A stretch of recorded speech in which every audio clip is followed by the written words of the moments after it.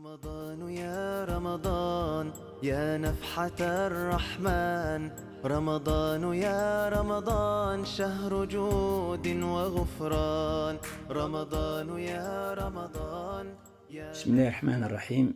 Assalamu alaikum wa rahmatullahi ta'ala wa barakatuhu. En ce mois béni du Ramadan, où les musulmans sont généralement absorbés par leur acte d'adoration, à savoir le jeûne durant la journée, les prières nocturnes le soir, la psalmodie du Coran et diverses autres formes d'adoration, je voudrais partager avec vous un sentiment en attirant l'attention sur une forme de dévotion souvent négligée par le croyant de nos jours. Il s'agit de l'acte de bienfaisance qui impacte autrui. Dans la vie courante, le musulman, généralement, il excelle et il s'évertue dans diverses formes d'adoration qui l'impliquent directement dans sa relation verticale avec son Seigneur. Or, il existe un certain nombre de dévotions que l'individu, de par sa nature humaine, est souvent enclin à faire preuve devant ces actes-là de paresse et de lourdeur. Eh bien, cet acte-là, ce type d'adoration-là, ce sont les actes de bienfaisance vis-à-vis d'autrui.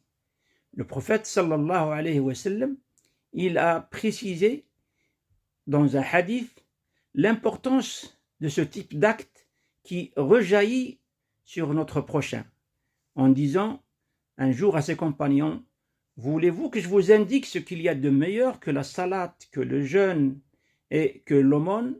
Si, répondirent les compagnons. Le prophète sallallahu alayhi wa sallam dit alors: la réconciliation entre deux belligérants, car l'altération de la relation entre deux musulmans, c'est ce qui sape, c'est ce qui détruit, c'est ce qui neutralise les bonnes actions.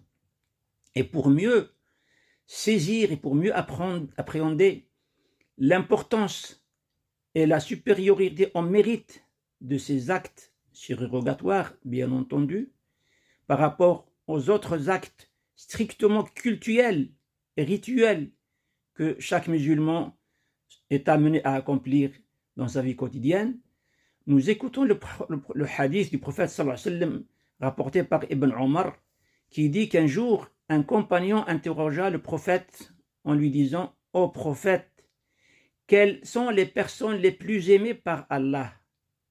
Et ô prophète, quelles sont les actions les plus aimées par Allah? En passant, il faut s'arrêter au fait que les compagnons du prophète sallallahu alayhi wa sallam de l'époque de son époque, ils ne s'interrogeaient pas sur les choses bonnes ou les choses ordinaires à faire, mais ils s'interrogeaient sur les meilleures choses à faire pour aspirer à la satisfaction d'Allah. Littéralement, la question du compagnon, c'était: Ma hiya ahabbul a'mali ila Allah wa man huwa ahabbun nas ila Allah. Ahabbu, c'est le superlatif. Donc, déjà, les compagnons tendaient toujours vers la meilleure des choses à faire pour se rapprocher d'Allah. Donc, le prophète sallallahu alayhi wa sallam, il répondit en disant: les meilleures personnes ou les personnes les plus aimées par Allah, ce sont celles qui sont les plus utiles à leur prochain. Ce sont celles les plus utiles aux gens. Et les meilleures actions ou les actions les plus aimées par Allah, ce sont toutes les actions qui contribuent à donner une joie à un musulman, à le soulager d'une détresse, à régler une dette pour lui à sa place, ou à le soulager ou à lui repousser une faim.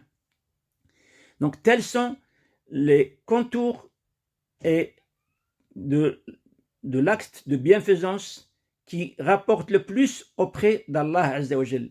Et pour concrétiser, pour illustrer justement cette supériorité en degré de ce type de dévotion, le prophète sallallahu alayhi wa sallam, il ajoute: que je marche avec mon frère pour lui régler une affaire à lui est préférable à moi est plus souhaitable que d'observer une retraite spirituelle d'un mois dans ma mosquée, dans la mosquée de Médine.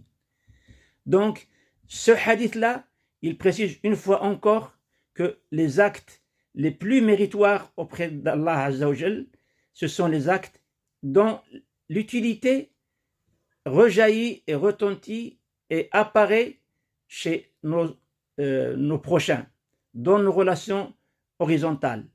Et à cet effet, je tiens à rappeler que dans l'autorisation de sortie durant cette période de confinement, donc cette autorisation de sortie dérogatoire, on y a inclus une autre case qui nous permet de sortir, à savoir la dernière case, qui porte sur une mission d'intérêt général.